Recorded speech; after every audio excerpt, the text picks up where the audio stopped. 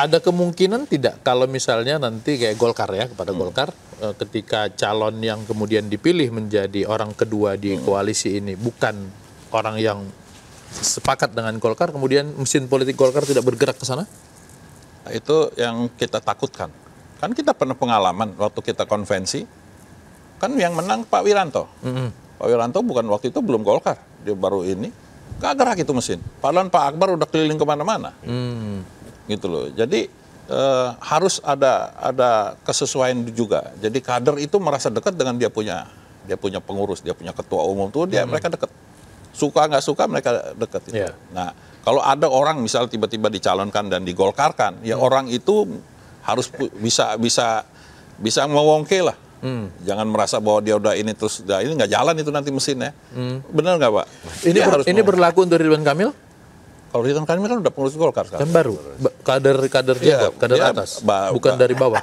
Oh, dia bukan ini, tapi setelah dia bergabung cukup rajin. Langsung dia. rajin bergerak, itu, nggak cuma gabung terus diam aja. Itu kan dilihat juga, dan memang dampak dia di dalam perolehan suaranya juga kelihatan sekali. Jadi dia pintar juga dia masuk. Ya kan? Ya pintar dia masuk, kan yang lain kan ragu-ragu nggak mau masuk. Ya udah susah gitu loh. Dalam beberapa bulan Ridwan agak kurang dalam mensosialisasikan diri, tapi tetap tertinggi. Artinya sebenarnya potensi yang sangat baik sekali. Ya, karena Ridwan punya, kalau di DPR itu punya dapil lah. Dapil dia Jawa Barat. Jawa Barat terbesar, pemilihnya terbesar. Dan sebagai gubernur kan tentunya warganya ini. Itu kelebihan dia. Kan calon capres ini selain Pak Prabowo kan punya dapil, satu dapil Jawa Tengah, satu dapil ini kan. Jadi orang yang punya dapil itu yang ini, itu kelebihannya si Ridwan Kamil. Makanya di survei, kalau di capres saja dia di survei nomor 4. Nomor 4 ya. Kalau di cawapres kadang-kadang nomor 1, kadang-kadang nomor 2, itu kelebihan dia punya dapil yang besar. Gitu loh. Oke.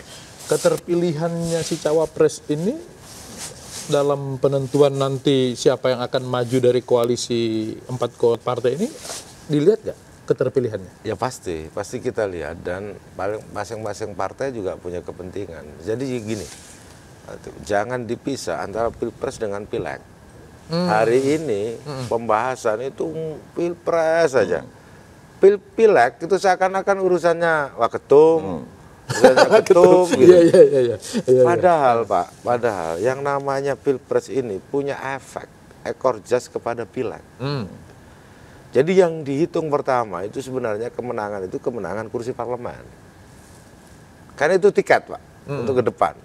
Nah, kenapa misalkan masing-masing partai mengajukan ketua umumnya, kadernya, karena berharap ada kotel efek pada pileg. Ya. Itu dilaksanakan serentak. Jadi PKB sadar betul bahwa kenapa kami terus mempopulerkan Pak Muhaimin, terus bekerja untuk Pak Muhaimin, ini selaras dengan pekerjaan yang akan dilakukan oleh pileg, caleg. Nah, dan ini nggak kecil Pak Latif, caleg tingkat 2, itu partai saja, seluruh Indonesia itu jumlahnya 25.000. Provinsi 2.700. RI memang 580. Itu masing-masing partai. Artinya tadi DPRD 2 berapa? 25.000. 25.000. Dan itu ujung tombak paling dekat dengan Iya, masyarakat. itu mesin, dan mesin ini yang kadang-kadang tidak dihitung. Karena ini saya nggak tahu ya, saya bukan ahli survei gitu. Yang seperti itu nggak pernah dihitung sebagai bagian dari kekuatan. Tapi kalau misalkan mesin ini mogok, nggak kerja, nggak jalan, ya pasti kalah itu. Nah, itu satu. Yang kedua, semua partai jangan dianggap bahwa ketua umum yang maju itu ambisinya ketua umum. Enggak. Pak Muhaimin tidak punya ambisi. Tapi untuk pertama, caleg dalam rangka kotel efek itu penting. Yang kedua, menguji kepemimpinan yang dilahirkan masing-masing partai. Jadi disitulah kontestasinya di apa ya, di pilpres dan pileg ini. Tidak sekedar cari menang berarti ya, banyak hal kemudian yang lagu. Ya fungsi partai politik itu ya di situ yang seringkali dilupakan, sehingga seakan-akan fungsinya siapa yang menang saja, siapa yang elektoralnya tinggi. Kita ikut gitu, nggak begitu. Iya, tidak begitu. Kalau dalam persepsi PKB ya. Karena yang dalam gerbong PKB, katakanlah hari ini, yang kemarin memilih PKB itu 13 juta, Golkar sekian juta. Terus itu kemudian diwujudkan dalam kepemimpinan di tingkat-tingkat cabang. Habis itu mereka dikontestasi di pileg di tingkat DPRD tingkat 2. Habis itu di tingkat 3. Misalkan kemudian Pak Muhaimin hari ini sudah nggak nyalon di DPR RI. Kemarin kan nyalon. Karena kita itu juga bagian dari apa yang sudah diputuskan di dalam partai. Sudah saatnya Pak Muhaimin maju di kertas suara. Cawapres.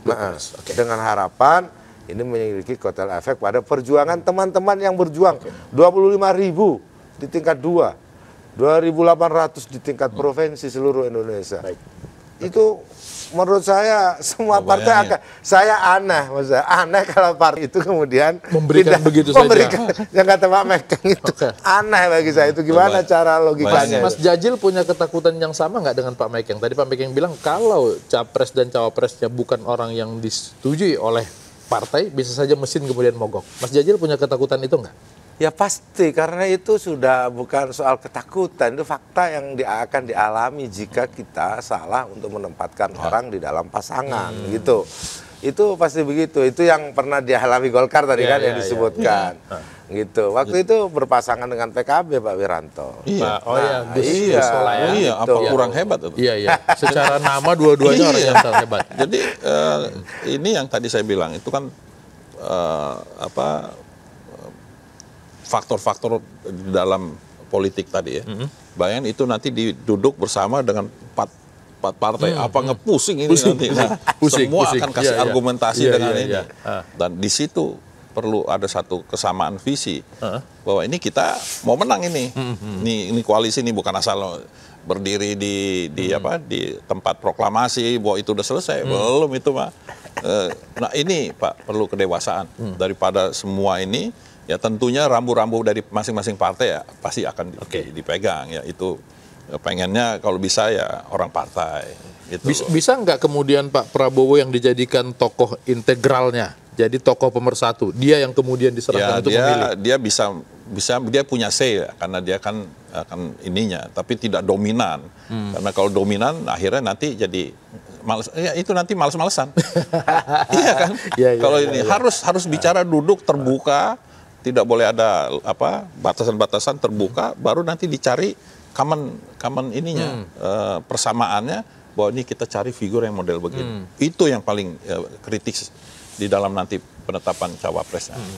Kalau begitu kritisnya peluang untuk kemudian 4 koalisi ini berpisah masih ada?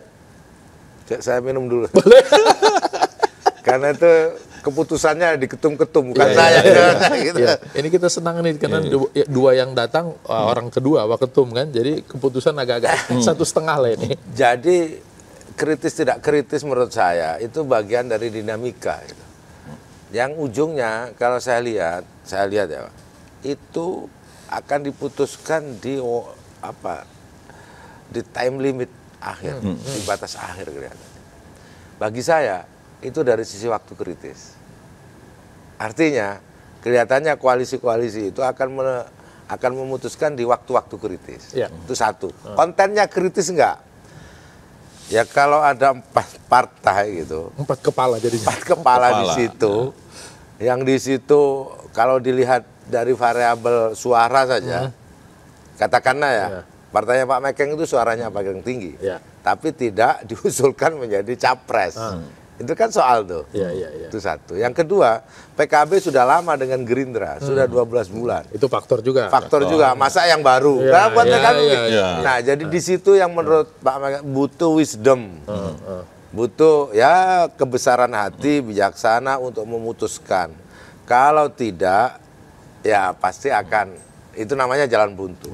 Nah, kalau jalan buntu, masing-masing akan cari jalan keluar. Jadi ini kan masih 2 bulan. Biasanya nanti masing-masing partai punya tim runding lah katakanlah. Ini 4 partai ini belum bentuk tim runding ya? Kalau saya belum tahu, saya nggak ikut di tim runding ini. Mestinya buat. Nah itu ada preliminary talks dulu. Nah, nanti dari preliminary talks dari periode ke periode akan mulai kelihatan. Bisa. Kenapa baru mau bikin preliminary? Ketika kemarin mau gabung tidak ada preliminary. Ya, itu kan tiba-tiba gabung aja. Ini kan gabung koalisinya dulu. Mungkin kalau ngomong-ngomong soal koalisi itu kan udah cukup panjang itu. Ya kan, tiba-tiba mungkin ada wangsit dari atas. Mungkin lagi tidur ngimpi gitu, tahu-tahu bergabung itu, ya oke lah udah terjadi koalisi. Tapi kesananya, ya itu nanti tim teknis itu akan duduk dulu. Nanti dari PKB siapa, Golkar siapa, ini ngomong lah.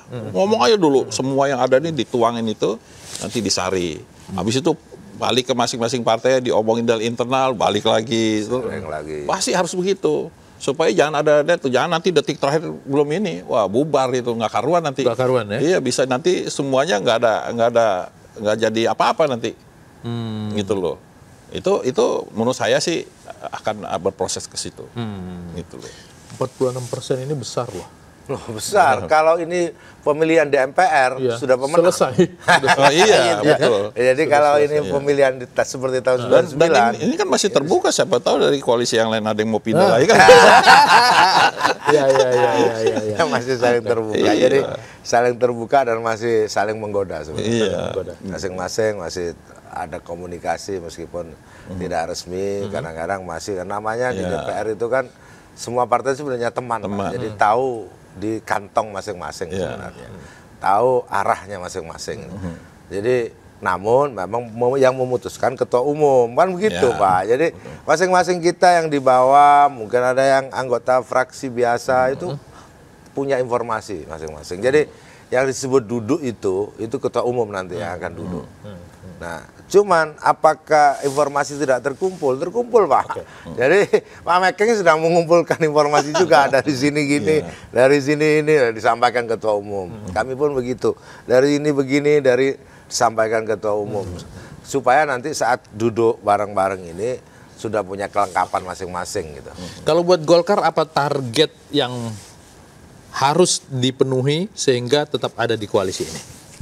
Ya, yang pasti kita pengen jadi wapres lah. Jadi wapres. Ya kan? Karena Golkar udah pernah dukung Pak Prabowo tahun 2014. Kita dukung Pak Prabowo sama PAN. Mestinya PAN jangan lagi dong. Masa kita dukung PAN dulu? Iya juga ya. Iya juga ya, gantian. Iya gantian dong. Masa PAN dulu gitu. Nanti tinggal kita ngobrol sama PKB gimana. Itu politik kok. Target tertingginya juga cawapres. Ya seperti yang ada di fakta integritas seperti itu. Namun tentu kan semuanya yang namanya politik kan nggak bisa saklek. Ya. Pasti ada mekanisme. Pak Muhaimin sedang dimandatkan oleh partai untuk berjuang masuk di kertas suara. Kalau kemudian tidak sampai perjuangannya, Pak Muhaimin pasti balikkan lagi ke partai.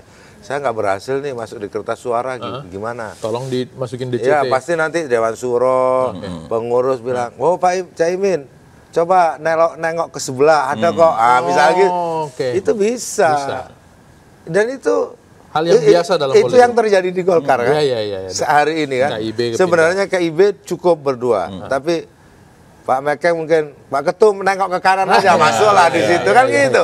Sebenarnya nggak usah nengok, cukup tuh.